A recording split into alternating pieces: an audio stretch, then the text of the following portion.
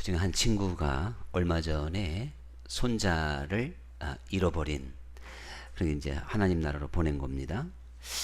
그런 이야기를 하면서 그동안에 겪었던 아픔과 고통을 오랜만에 만났으니까 이제 얘기할 수밖에 없겠죠.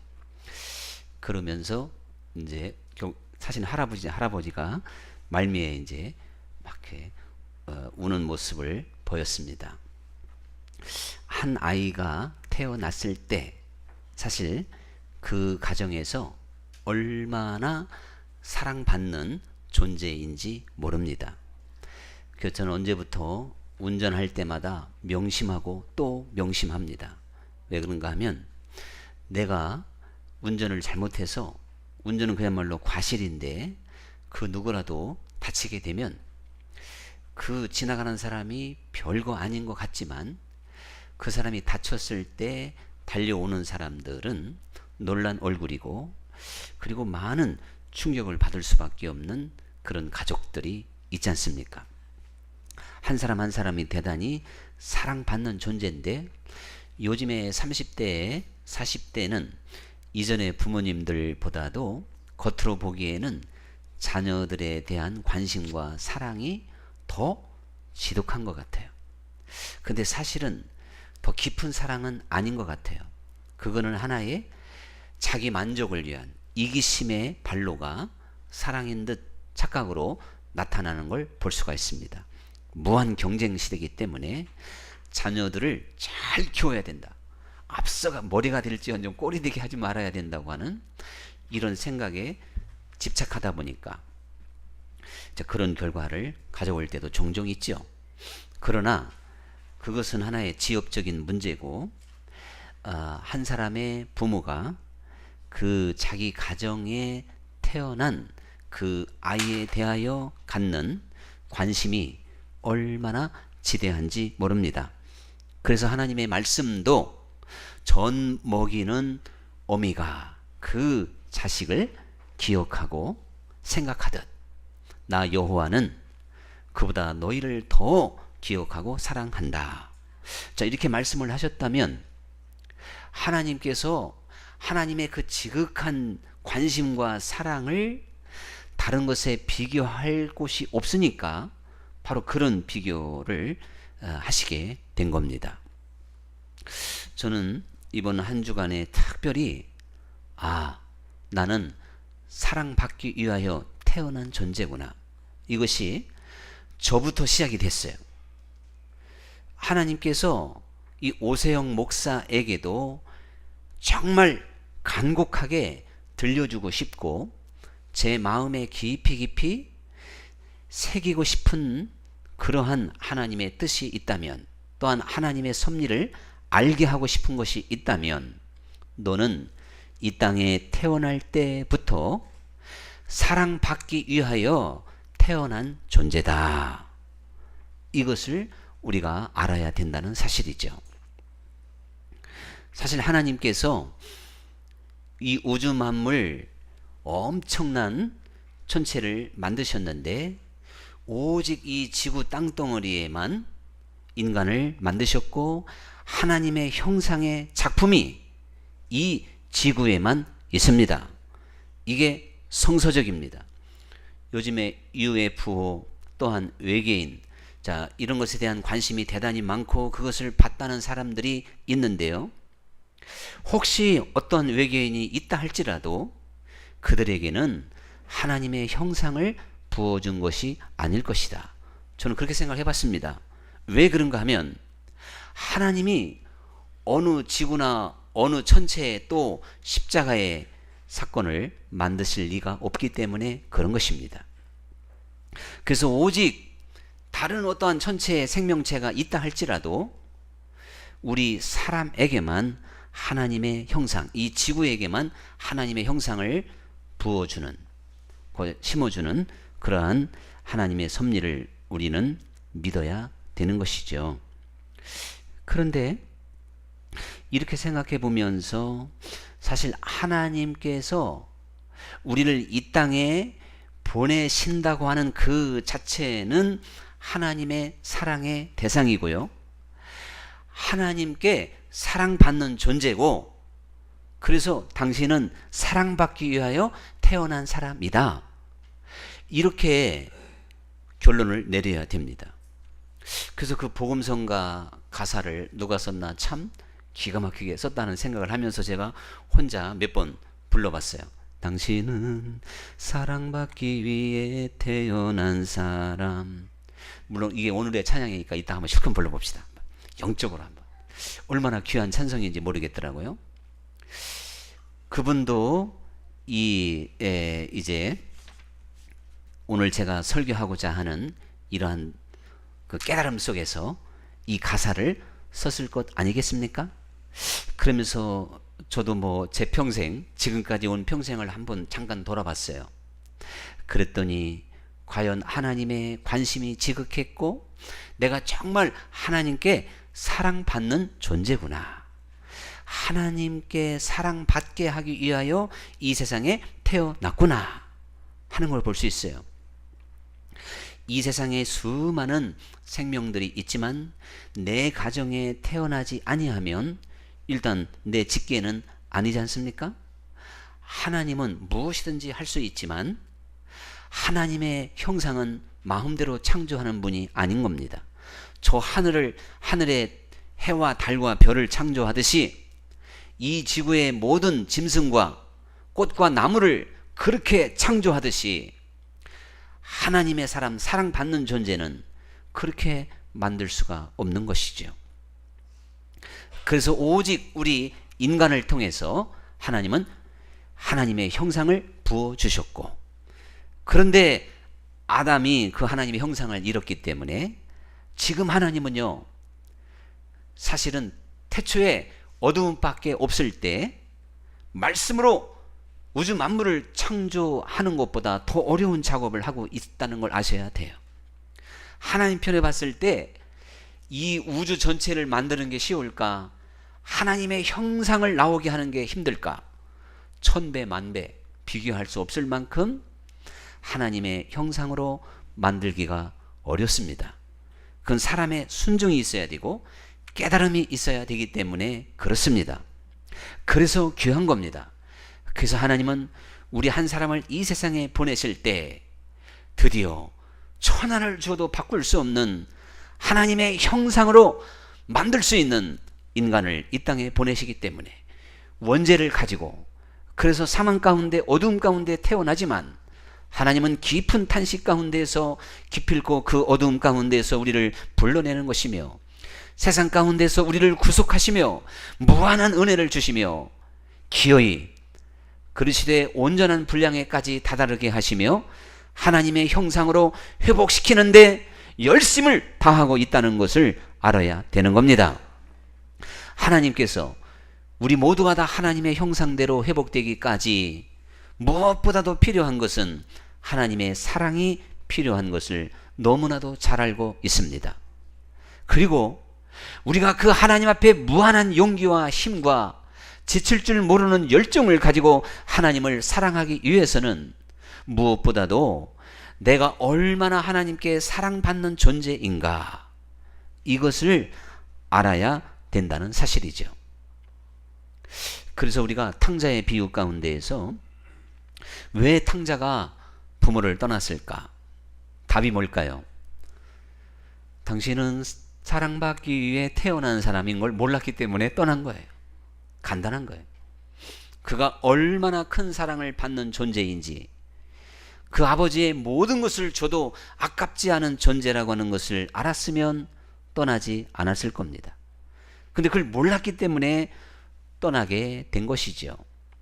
오늘 본문의 말씀은 하나님께서 우리를 태중에서 택하셨고 복중에서 택하였고 내가 너를 거기에서 불렀나니, 이렇게 말씀을 하시며 우리는 이 세상에 태어날 때부터 하나님께 사랑받는 존재로 태어나게 된다고 하는 것을 가르쳐주고 있습니다. 사도 바울은 에베소서를 통해서 그보다 더 원천적으로 태초부터 하나님이 나를 택하셔서, 이렇게 에베소서를 통해서 고백하고 있습니다. 이 세상이 창조되기 전부터 하나님은 나를 아셨고 지명하셨고 나를 부르셨고 택하셨다고 하는 것이 사도 바울의 가르침이고 성경의 가르침인 줄 믿으시기 바랍니다. 그래서 정말 다시금 말씀드리지만 나는 하나님 앞에 엄청나게 사랑받는 존재다, 이걸요 알아야 되는데, 제가 이렇게 신나는 걸 알려드려도 그거 내 것 만들기가 너무 힘들어요. 이거 내 것 만드는 사람이 최고입니다. 가장 행복한 사람인 줄 믿습니다. 그 순간에 엄청난 사건이 벌어지는 거예요. 여러분, 그 아가서의 말씀 3장에 보면 내 사랑 너는 어여쁘고도 어여쁘다. 노을 속에 있는 내 눈이 비둘기 같고 네 머리털은 길라앗산 기슭에 누운 염소떼 같구나. 사실 술람미 여인 참 별 볼 일 없어요. 별 볼 일 없는데 이 솔로몬 보기에는 뭐 네 눈이 비둘기 같고, 비둘기 눈이 괜찮은가 보네. 머리털은 길라앗산에 누운 염소떼 같구나. 글쎄요, 길라앗산에 누운 염소떼가 뭐 어쩐지는 우리한테는 모르겠지만 네 이빨, 이는 목욕장에서 나오는 털 깎인 암양 곧 새끼 없는 것은 하나도 없이 각각 쌍태를 낳은 양 같구나. 아이고 복잡하네. 하여튼 최고의 표현을 썼다는 것만 아셔야 돼. 자, 더 이상 할 것도 없어요. 머리부터 발끝까지 정말 발꿈치도 이쁘다 이거예요. 미운 게 아니고. 이렇게 막 사랑스럽게 보이니까 운명적으로 솔로몬에게 술람미 여인은 사랑받는 존재였어요. 정말 어떻게 보면 그냥 사랑받기 위해서 태어난 존재인 것처럼 그렇게 생각이 되어진 겁니다. 어떤 사람이 이런 글을 썼어요. 제가 한번 인터넷상에서 읽어봤는데 이번 주에 누가 또 친절하게 카톡으로도 한번 보내줬더라고요. 그래서 한번 한 다음에 제가 이번 주에는 원하시는 분은 카톡으로 넣어드릴게요. 어떤 사람이 아주 그날따라 바쁜 일정이 있었는데 그만 깜박 늦잠을 잤대요. 자명종소리도 못 들은 거예요. 그리고 막 허둥대가지고 막 대충 준비하고 막 시동을 거는데 이게 또 시동이 어떻게 돼? 잘 안 걸리지. 그럼 벌써 돌아가는 걸 보면 모릅니까? 세상에 참. 척 하면 삼천리라니까 글쎄. 시동이 잘 안 걸리는 거예요. 막 애써서 몇 번 한 다음에 겨우 시동을 걸었어요. 그런데 그날따라 또 신경 썼으니까 배고파가지고 샌드위치를 먹으려고 그랬는데 보통 때 그냥 샌드위치 1, 2분이면 나오는데 한 7, 8분을 막 기다려서 그냥 침을 삼키면서 배가 꼬르륵 아이고 도대체 오늘 아침부터 되는 일이 없네 이렇게 하면서 인상 쓰면서 기다리다가 또 먹었어요. 그리고 그냥 어떻게 하루를 일을 보내고 집으로 가는 길에 전화가 와서 이렇게 받으려고 그러니까 이게 또 안테나가 잘 안 잡히는 지역이라 또 먹통이 돼버렸네. 그래가지고 그냥 궁금해가지고 누가 전화했지? 이렇게 아주 이제 그 신경을 쓰면서 집으로 돌아왔어요. 그러다 보니까 너무너무 힘들어서 그 집에는 미건이 아니라 이렇게 마사지하는 기계가 있었는가 봐요. 오랜만에 마사지 하면서 몸 좀 풀자, 너무 힘들다 하고 마사지 의자에 털썩 주저앉아 가지고 스위치를 꽉 눌렀는데요, 이게 또 작동이 안 되네. 또 이게 작동이 안 나는 거예요. 그래서 피곤도 못 풀고 저녁 대충 해치우고 샤워도 하는 동 마는 동 하고 그냥 침대에 쓰러져 가지고 하나님께 한번 따져본 거예요. 세상에, 하나님 이렇게까지 저를 괴롭힐 수가 있습니까? 어찌하여 오늘 이렇게까지 그냥 아침부터 눈뜨고 저녁에 잠자기까지 이렇게 불편하고 짜증나는 일만 생겼습니까? 한번 좀 바꿔놓고 생각해 보라고 따져봤대요. 그랬더니요, 이건 지어낸 얘기인 것 같아요. 그가 이제 이렇게 하나님이 말씀을 하시더래요. 네가 부지런한 줄 아는데 내가 너를 오늘 늦게 깨우는 것은 보니까 죽음의 사자가 네 근처에 있어서 내가 천사를 보내서 그 죽음의 사자를 물리치고 그리고 다 정리하고 너를 깨우는 바람에 좀 늦게 너를 깨우게 되었느니라. 그러니까 처음에는 참 별일이네 그랬대요. 그러면 차시동은요?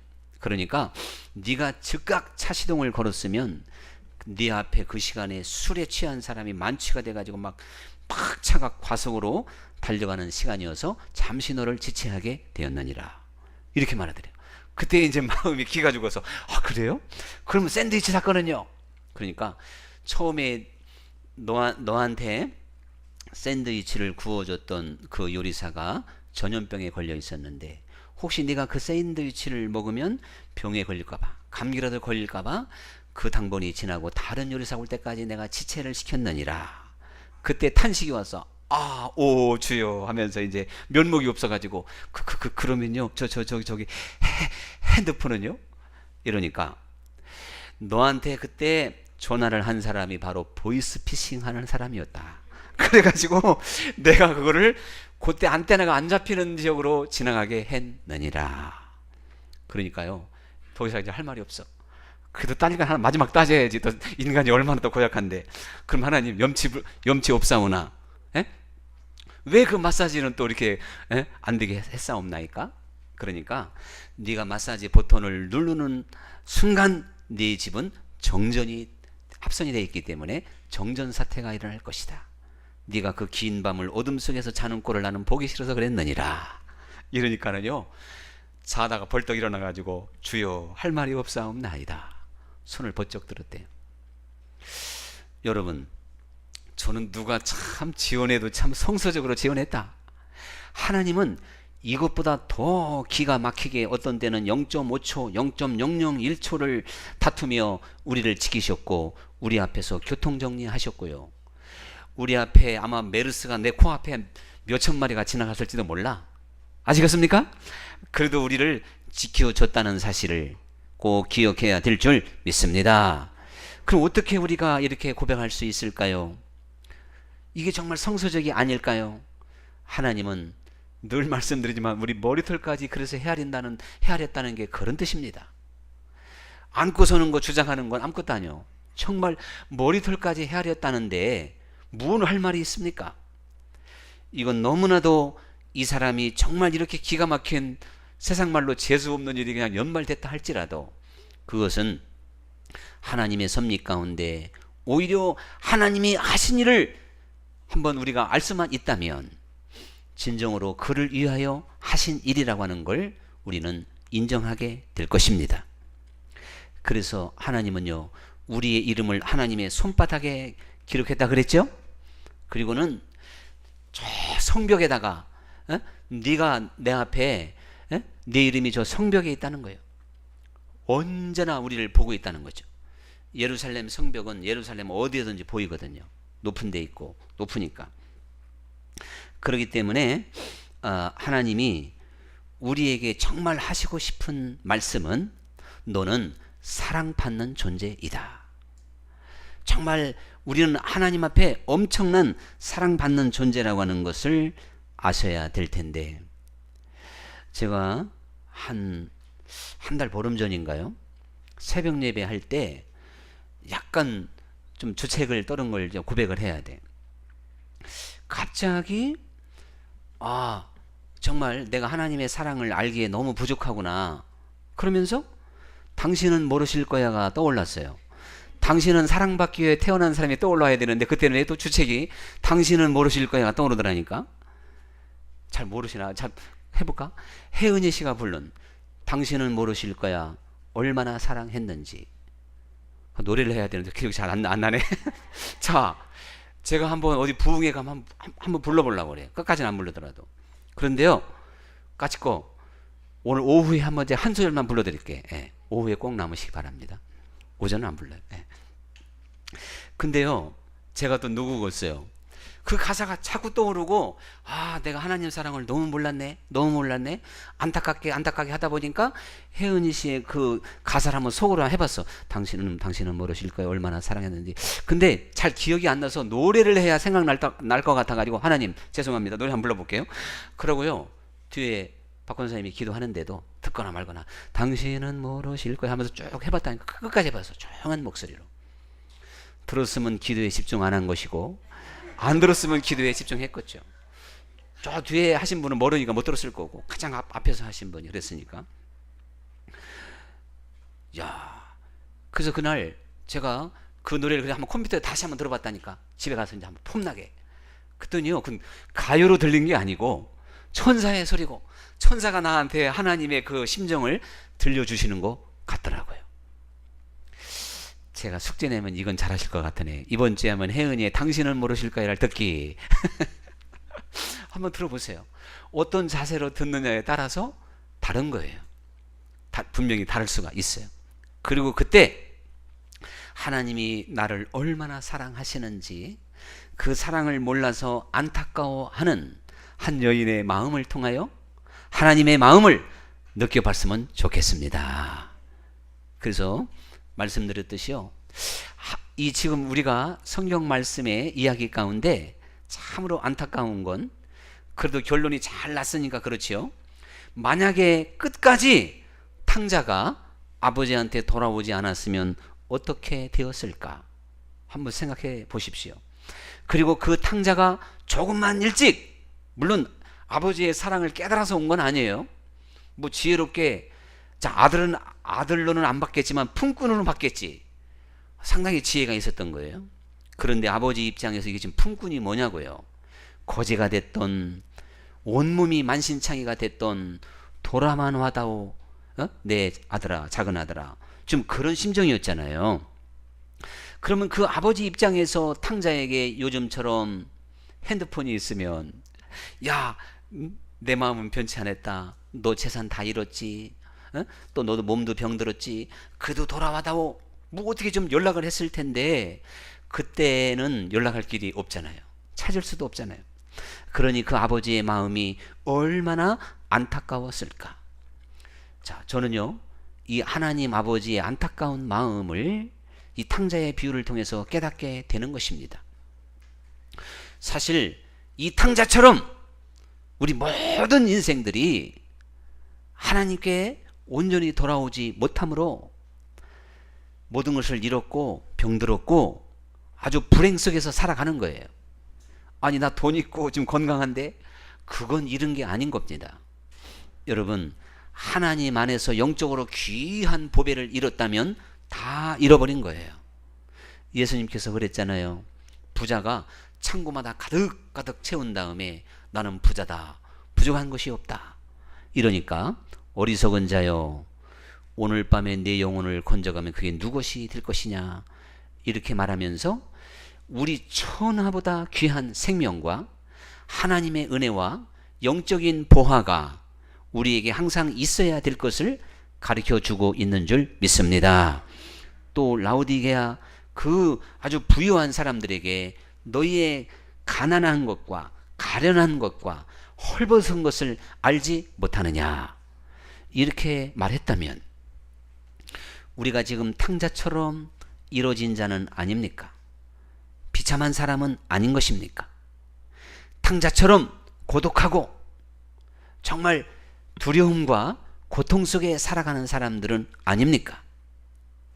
하나님의 사랑을 깨닫게 되면 그 탕자가 아버지의 사랑을 깨닫고 당장 아들의 권세를 회복받았던 것처럼 그때부터는 당당했겠죠. 이전에 아버지와 똑같구나, 내가 더 이상 품꾼으로 굽신거릴 필요가 없구나, 당당하게 자기의 복을 누렸듯이 오늘 우리는요, 하나님께서 우리에게 주신 풍성함과 아름다움과 위대함은 실로 측량할 것이 없는 것입니다. 하나님의 것으로 다 부유한 자가 될 수 있기를 간절히 축원합니다. 그러면요, 우리는 힘과 용기를 내게 될 것입니다. 그리고 당신은 사랑받기 위해 내가 하나님의 사랑받는 존재라고 하는 것을 깨닫는 순간 당장 나는 하나님을 사랑하게 될 것이고 이웃을 사랑하게 되어져 있습니다. 여러분의 삶이 행복합니다. 삶이 불행하고 짜증나고 이러면 하나님의 사랑을 깨닫지 못한 겁니다. 하나님 안에서는 능치 못함이 없습니다. 이 믿음은 이렇게 간단한 거예요. 뭐가 믿음이냔 말이에요. 주여 주여 하는 이 이상의 모든 것들은 주여 주여 하는 믿음일 뿐입니다. 우리에게 주어진 믿음, 우리가 알고 있는 하나님에 대한 지식, 그것이 하나님의 사랑을 깨닫게 해서 하나님 안에서 무한한 용기와 힘과 권세를 가지고 살아가는 열정 있는 그리스도인이 돼야 되는 거예요. 밥도 맛있어요. 할렐루야. 어떤 나 약올리나 그러네 또. 그러니까 하나님의 사랑을 깊이 깊이 깨달을 때 이것이 참된 용기로 이어지게 되는 겁니다. 마치 이제 참 웃기는 말로 그러잖아요. 동네 뭐 우리 집에 예전에 동네 똥개도 자기 집에서는 뭐 어쩌고 한다나 뭐 꽁지를 올린다나 어쩐다나 이런 식으로 여러분 정말 이 세상 그 어떠한 것보다도 위대하고 폭발적이고 정말 강한 것이 하나님의 사랑이기 때문에 그 사랑을 깨닫고 내가 그런 존재구나 아는 순간 나는요 전혀 딴 세계를 경험하게 된다는 걸 아셔야 되는 겁니다. 그래서 항상 기뻐하라는 말씀을 알게 되는 거예요. 그때서. 그래서 범사에 감사하라는 뜻이 무엇인지를 알게 되는 겁니다. 그리고 하나님을 마음을 다하여 사랑하는 뜻이 무엇인지를 알게 되는 것이고 네 모든 이웃을 네 몸처럼 사랑하라 하신 그 이유를 알게 되는 겁니다. 하나님이 할 수 없는 것을 하라고 했을까요? 우리가 할 수 없는 것을 하시라고 말씀하실까요? 여러분 우리 정말 탕자처럼 어두움 속에서 그리고 비참함 가운데에서 눌리고 포로되고 병들고 그리고 죽고 싶은 심정으로 지금 이렇게 축 처진 탕자와 같은 모습으로는 하나님께 영광이 안 됩니다. 우리의 두 눈은 빛나야 될 것이고 우리의 가슴은 뜨거워야 되는 것이고 하나님께 대한 열정이 처음 사랑처럼 언제나 쇠하지 않아야 되는 겁니다. 그래서 처음 사랑을 잃었으면 모든 것을 다 잃은 겁니다. 믿음의 정말 정상적인 길에서 이미 빠진 사람이에요. 자동차가 시궁창에 빠졌으면 못 가는 거예요. 다시 꺼내야죠. 견인해야 돼요. 그러면 여러분이 하이카 서비스를 부르지 마시고 주 예수님의 이름을 부르시기 바랍니다. 말씀으로 예배하는 가운데, 예배 드리는 가운데 저는 오늘 단 한 분이라도 지금까지는 내 자동차가 옆에 그 하수도에 빠졌지만 아니면 아주 저 논바닥까지 내려갔지만 말씀에 의하여 견인될 수 있기를 간절히 축원합니다. 깨달으면 되는 거니까요. 그 뭐 얼마나 쉬운 일이겠습니까? 우리는 하나님께 나는 정말 사랑받는 존재라는 것에 대해서 의심할 필요가 없습니다. 그것은 이미 십자가를 통해서 확증되었고 근데 이것이 도대체가 안 믿어지는 건 기도가 없기 때문에 그런 거예요. 우리는 끈질긴 기도를 어디까지 해야 되느냐? 하나님의 사랑이 내 마음에 물밀처럼 막 폭포수처럼 쏟아지듯이 해일처럼 밀려오듯이 그때까지 기도의 줄을 붙잡으십시오. 그렇지 않고는 누구도 기도하는 사람이라고 말할 수 없습니다. 그건 하나님께 연락되는 기도가 아닙니다. 오늘 우리는요 저 하나님과 나 사이에 시온의 대로가 한마디로 뻥 뚫려 있어야 되는 거예요. 점점 갈수록 어렵겠지만 그럼 이거는 어차피 해야 되는 일이니까 제가 이렇게 설명할 수밖에 없잖아요. 쉬지 말고 기도하라. 기도하지 않고는 어떠한 설교를 들어도 내 것이 안 됩니다.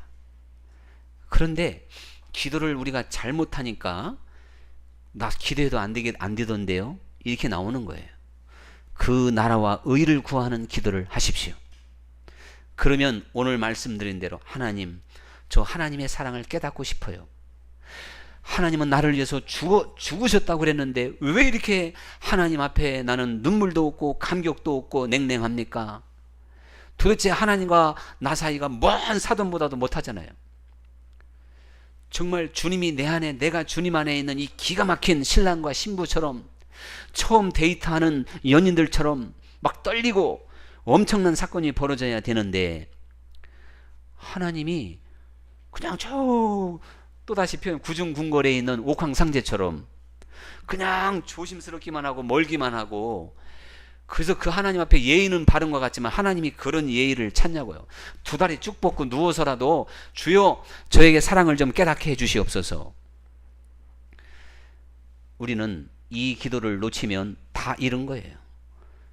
여러분, 우리가 진짜 기도의 싸움을 통해서 하나님 사랑이 내 마음에 느껴질 때까지 기도하도록 합시다. 그렇지 않고는 안 된다니까요. 하나님은 이것을 주고 싶고 이것을 깨닫게 하고 싶은 겁니다. 기도 외에는 방법이 없습니다. 말씀을 들어도 안 되고 깨달아도 안 됩니다. 그럼 어디까지나 지식으로 깨달은 거지요. 진짜 가슴으로 하나님을 아는 길은 기도 외에는 없습니다. 1시간 해서 안 되면 2시간 하십시오. 2시간 해서 안 되면 하루에 3시간 해보세요. 너희가 자녀가 떡을 달라면 돌을 주겠느냐? 생선을 달라면 뱀을 주겠느냐? 구하는 이가 얻을 것이고 찾는 이가 찾게 될 것이고 두드리는 이에게 열릴 것이다. 이 위대한 세계가 기도하는 이에게 온전히 열릴 줄로 믿습니다. 오늘의 찬양과 함께 이 믿음을 갖고 이제 이거를 기도로 연결해야 되겠다는 도전과 함께 이걸 먼저 한번 깨달아야 돼요. 간절히 기도하는 시간.